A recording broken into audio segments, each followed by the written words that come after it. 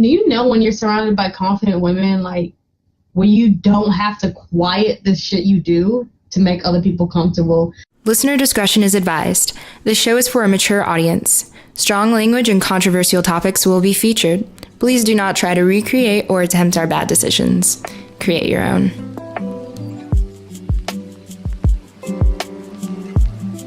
What You Shouldn't Do with Em and Joe, a podcast about all the things we were told we shouldn't do, but did anyways.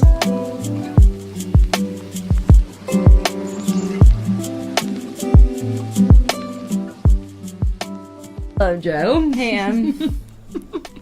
I'm glad we're human. Yes. Maybe. Well, maybe. Questionable. It's definitely questionable. Like, what are we even? Anyways, this is Em. I'm Joe, and welcome to Em and Joe Talk, things we were told we shouldn't do, but did anyway. This week's topic is about the future is female.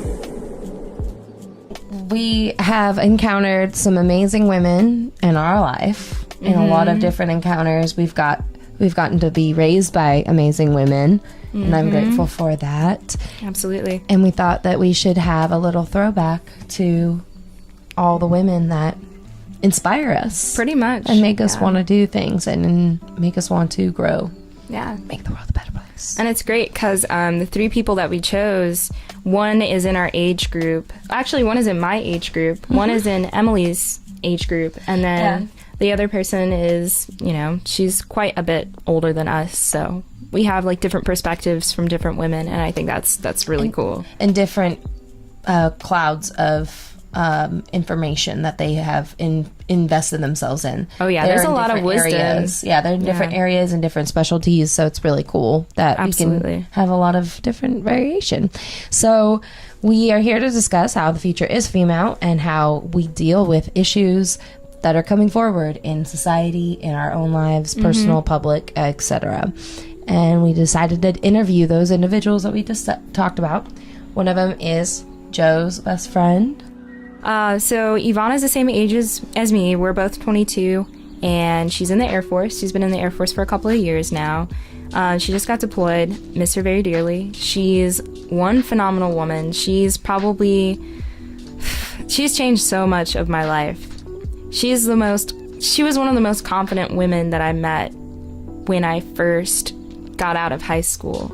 Because we were friends kind of in high school, but when I got into college, we happened to be dating the same like brothers or whatever, and it was just it was interesting. Yeah, we dated the brothers that united you. Yeah, pretty much. Yeah, but she taught me a lot about friendship. She taught me a lot about seeking who I am and staying true to who I am, and just how to be fierce. Like, she is one of the most fierce women I've come across. But yeah, that's Evaughna.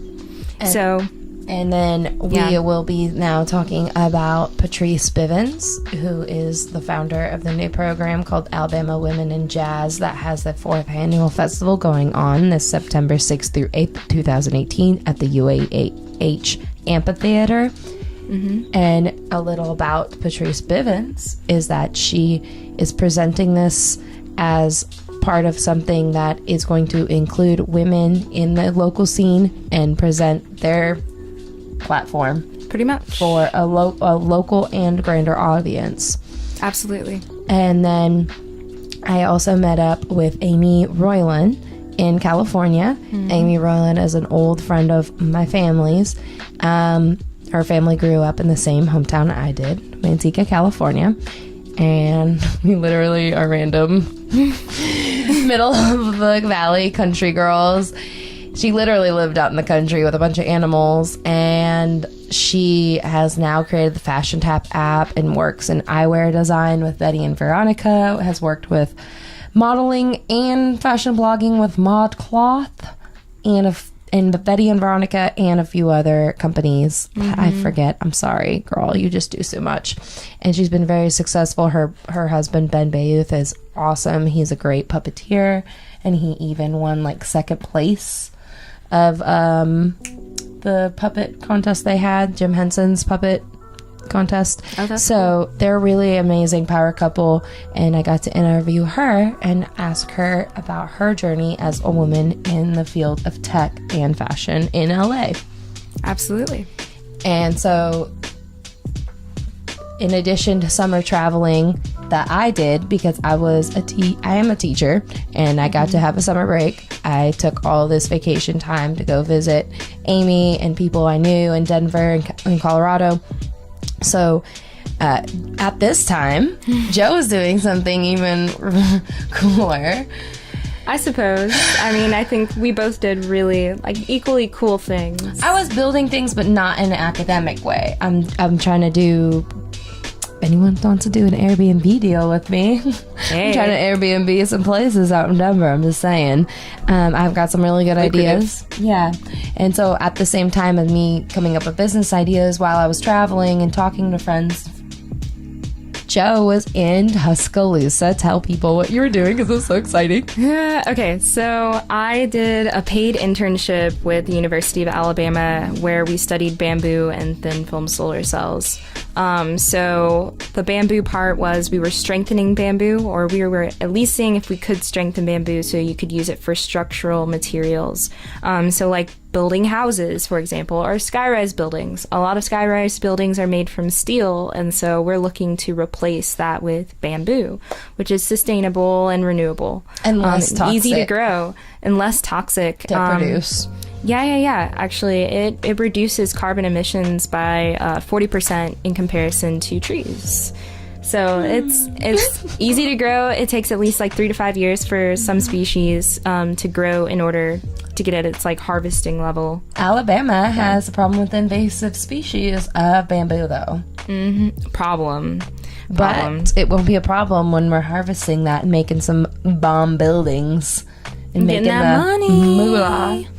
Yeah. Watch out. And she also worked with our friend Jose, who's probably watching this live on Instagram. Yep, I met Jose. He is an engineer as well, and so we Puerto Rico. We kind of worked closely together. He helped me with some of my projects, and I got to watch him work with thin film solar cells, which is not an easy task to do whatsoever because you cannot touch the surface of these things, or your experiment is over. It's like gone. A medical. It's like a sterile environment that it has to maintain. Yeah, lab coats, gloves, all that good stuff. So we got to work with some extremely expensive machines like the SEM, which is a scanning electron microscope. So you can see electrons and elements in whatever material you put inside of it. We called ours a substrate, and that thing costs $500,000. And that's the old version of what is out now, which I guess it's over $1 million for a new SEM. Yeah. So we got to work closely with machines. And they paid you to play around with this? This is awesome. It was a paid internship, y'all. This is amazing. She got a really good opportunity, and I'm just really proud of her because the reason I feel so proud is when we went to Colorado last year together. I went alone this year because she was busy literally doing research. The year before I went to Colorado, and I was like, Joe, I feel like you have an engineering brain. You really come up with a lot of creative ideas, and engineers are usually geniuses and have another talent. And she's like, oh, really? You think so? I don't know. And then she did this research thing and totally killed it and won an award as well. She's not telling you everything, by the way. She's being too humble. We had to all create posters. There was about 15 of us. We all had to create posters explaining our research over the summer. And so little did we know till the very end that we were being judged on this. Oops, the air's turned on. We were being judged on the posters, and whoever got first place got to present their poster at the NSF conference, which is National Science Foundation Conference in Virginia. Awesome. So, they do a lot of grants. They do. So I got first place. Hopefully I'll have my paper published on the research that I did by then, and I'll bring copies and stuff like that in the poster, and I'll get to present to a bunch of scientists and engineers, and I'm all paid. I think I'm gonna post a picture of your poster as our YouTube picture for this episode because I'm just so proud of you. Okay, so we interviewed both Patrice Bivins and Amy Roiland using these questions. What kind of message do you want younger women and men to hear, and why? This includes your former self. The worst enemy is yourself. You know, it's important to reach out to those who may lend an ear to you as a person. You know, they can be a vessel to help you know your own character and your self-worth, and you need that in your life. And, you know, I've had many situations, but you remove yourself from the naysayers because you really need to watch those, and you need to just stay positive and keep your goals in sight. That's for females or males. You know, you watch your surroundings and your, you know, acquaintances. And try to focus as much as you can on one thing to really succeed, and just try to be as positive as you can and keep going, because the people who give up are the people who don't succeed. Have you experienced discrimination while trying to get your business or idea off the ground? in some of my personal and business ventures, sure, I've had some challenges from people. You know, when we as people see something really great, we always want to mirror it or do something, you know, and it's really all about ethical behavior in a way, but we are human. Mm-hmm. You know, that's one thing, we are human, but I pretty much try to just stay positive and you know, in dealing with my program, you know, I have Valley Arts and I have the Women in Jazz program, which is a great women's program, one of the first here in Huntsville. But it's about, you know, collaboration, cooperation in anything that you do. So whenever I would meet investors in Santa Monica, I felt like they were always just toying with me, like just wanted me to come in, and I don't know, they just seemed to be effing with me nonstop, like as if they just thought it was a joke to bring me in, like they would never raise money. They just wanted to like pick at me and be like, why don't you do that, why don't you do that, and like, you know, and just try to belittle me. I went to a meeting in Santa Monica with an investor, and my COO at the time looked really young. He is young. He's a young guy, and we're both pretty young, and we're not super experienced. And he just the entire time talked down to us and treated us like shit. And I think if I was an older man in that meeting, I would have been fine. He wouldn't have talked shit. He would have probably invested. It wasn't the idea, it was the body you were in. Of course, yeah. Have you decided to combat that discrimination, and what are future plans you have to combat these issues going forward? Just know who you are, and you surround yourself with those who believe in you, and you know, there are times when you can actually confront, well, I won't say confront, that's not a good word, but when you can actually approach, I would say that's a better word, a situation, because communication is everything. Let's face it, you know, open communication, and I think it's important to let people know if they hurt you, if they step on your toes, if they, whatever it is that they do, in a solidarity and good way. I'm partnering with a man right now who's really successful and very connected, and he could raise the money for me. When I get going and I have my own thing and I sell my company that I'm currently working on, once it gets big, I'll sell it, and I have more clout, then I could probably start to raise money and be on my own, maybe. Because that's probably a thing, too. Just go independent. You know, Sophia Amoruso, who created Nasty Gal, she can go into a meeting and raise money. Look at her. Look at, she grew a business from zero to freaking, you know, she's amazing. So people are going to go, wow. So it's either that or, you know, it could be sexism, too. I don't know. It's yeah. You're not quite sure. You just know that you have to try to make it better than now. Yeah. I'm guessing. What is something you were told you shouldn't do, but did anyway? Dress as crazy as I do. Okay. A lot of people are like, you need to tone it down, you should be more normal with your fashion, and people will appreciate that, and you can grow more followers and be more relatable. And I was always like, nah. I like entertain the idea a lot of the times. I'm like, maybe I'll dress more normal and like gain more normal fans. And then when I try to do it, I just can't do it. I'm always still quirky and, and weird. Yeah, you have your own brand. What's the most effective way for listeners to contact you? ValleyArtsAndEntertainment.org. Okay. They can reach me at my email at ValleyArtsENT@gmail.com. Okay. Or just go to Facebook and look for, Alabama Women in Jazz, or look for Valley Arts and Entertainment. Yeah, A Fashion Nerd on Instagram, Twitter, Facebook, and then afashionnerd.com. And if they want to email me, it's just afashionnerd@gmail.com. And you have swag for sale, right? I design eyewear. Oh, you mean like Yeah, I have an account Fashion on Nerd. like Depop and a Fashion Nerd shop. Awesome. Selling stuff. So yeah. Awesome. So if you want anything, go on fashionnerd.com. And that's it. And that's it. Okay. I didn't realize I but so much. It's okay. Sorry, guys. But I really think you do have to find solidarity. You do.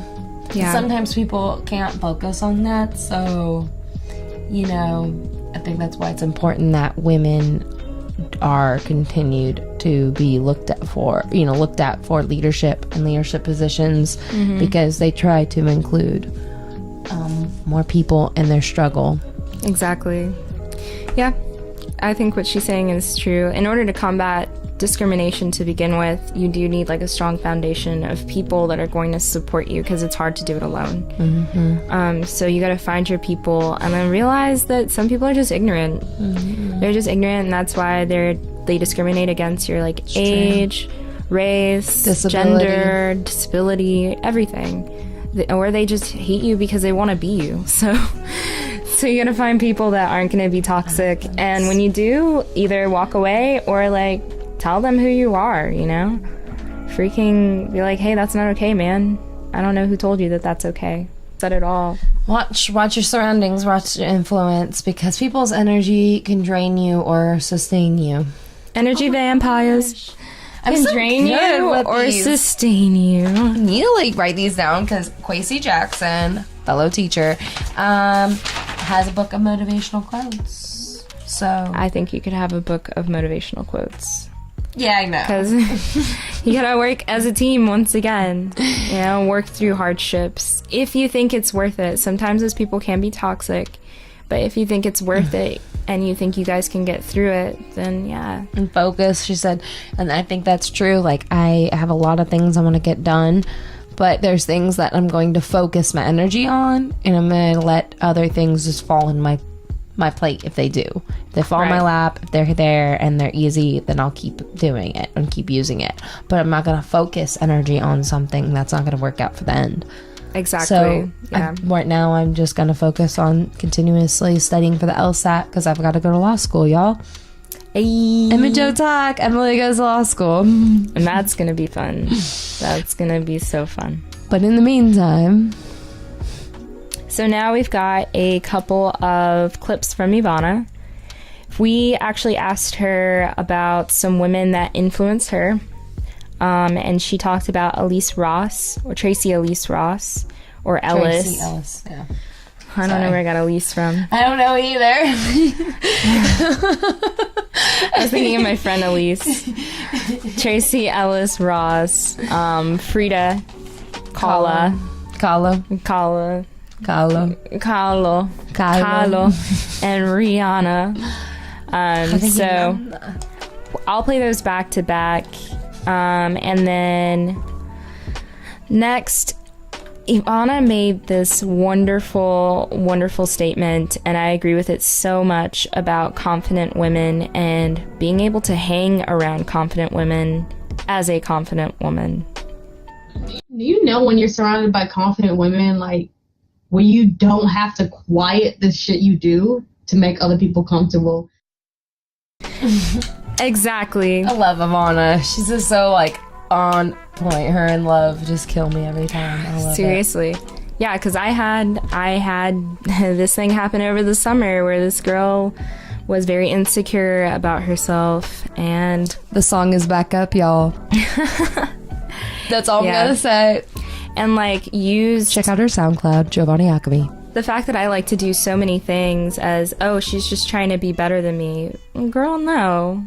It's not like that. I'm trying to work with you. I was actually trying to boost her confidence because I thought she was really cool, but you know, when people have it out for you, it doesn't really matter You can't what you boost care about. a psychic vampire. Nope, you totally can't. So this is another thing that Evaughna said about confident women.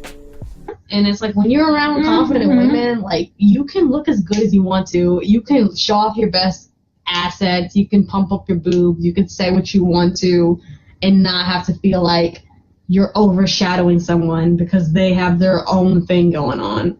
So I think it just makes it like being around confident women just makes you more emboldened to be yourself and just be like, this is me, you know? Evaughna. Emboldened. I love that. I love it. It's true. This is the word. Best words ever. I know. She's so... That was awesome. It's true. Amazing. If you can help burn the fire of someone else without destroying yourself, and you're just constantly burning your own fire too, like, then it's going to work out. Exactly. But if you're constantly trying to put them out and then burn yourself, like, it's not going to work out. You're going to be exhausted. Exactly. You're going to get water all over your freaking self. So don't try to water my parade. Just join it. I know. And I guess that's why I'm kind of glad that things, the relationships that I had made over the summer with a certain group of people ended. Because they just weren't, like, on the same level, I guess. Like, they were very insecure about a lot of things. Themselves, their surroundings, what they were doing in life, what their future looked like. And it just was very unsettling. And I thought that it was just like, you know, everybody goes through their moments and their phase in life. You know, like we've all been through that. But and sometimes we catch people in that phase. They were collectively in a mean girl phase. Collectively, it's true. Very judgmental people. I had to ask if I was teaching middle school again with adults. So that's all I'm going to say about that situation. Joe is now semi-single, right? Yeah, it's semi-single. I'm not any single. So hit her up, not me. Yeah. So now we have this last story. This is a story that Evaughna told us about her experience with the Air Force. Being a woman in the Air Force. I was in basic training, and this girl was so hot, but she had like this Confederate flag button ring, belly button ring, and I was like, that's disgusting. No. And then I heard her, because we had to have these debates about, different things, like what part of our training, and it was like about the Confederate flag, and they're honest to God, like defending it was like it's a part of Southern culture, and I'm just like, this is so it's slavery. Why are you gonna make a flag for that shit? Yeah, I was like, that's my question. Like, you obviously know what it was about. Like, why do you care? And this girl's from Missouri, and I was like, what is this really about? Like, what is this really about? Like, you're not even from the South, and you can't say my cousin's from the South. Exactly. Okay, my cousin's from the North. Like, what the fuck are you really representing? Evaughna! Freaking Evaughna. Like, what the fuck are you representing? It's true. Why does she not have, like, a morning talk show? Because, I know, right? Like, I really wish she did. If she was here, man, she would be our third. You know she would. She's the jelly. She's the jelly to our bread. I don't know what we are, but we're stir fry. Stir fry. We are. Whip it like a stir fry. But anyways, we had some great quotables from Evaughna overall. And I think she had one more. Oh, this is kind of continued. This is kind of continued with what she was saying. But it talks more about family and what she's had to face being a woman who's mixed, but not having a family that accepts all of you. I found out, like, a lot of my white family were not as open as I thought they were.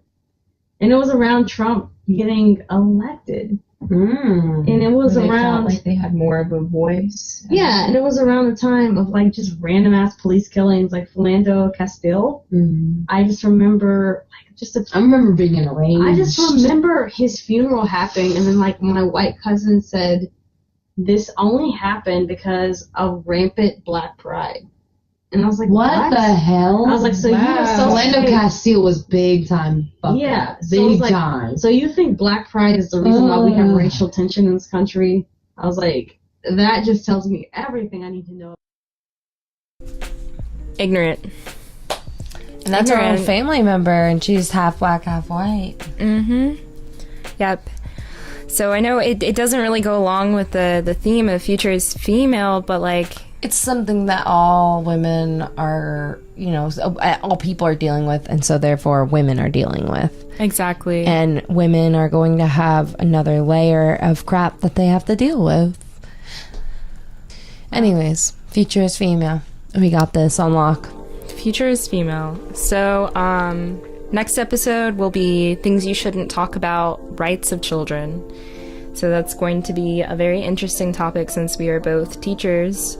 So we work closely with children and we kind of know about their struggles and like what rights they have and what they don't have right now in this country. And what I've gotten in trouble trying to get done for children. Things you shouldn't do for children, but did anyway. But I do anyways, because guess who cares? Not me. I'm not here for anyone's pride or ego. I'm here for the children. Exactly. So we're going to focus that on episode 8, the rights of children. Episode 8? Yeah, this is episode 7. This is episode 7. 6. Sorry. This is episode 6. Episode 7, rights of children. Sorry, guys. I'm Joe. I'm Em. And this is Em and Joe Talk. Things we were told we shouldn't do, but did anyway. Future is Female. Bye. Bye.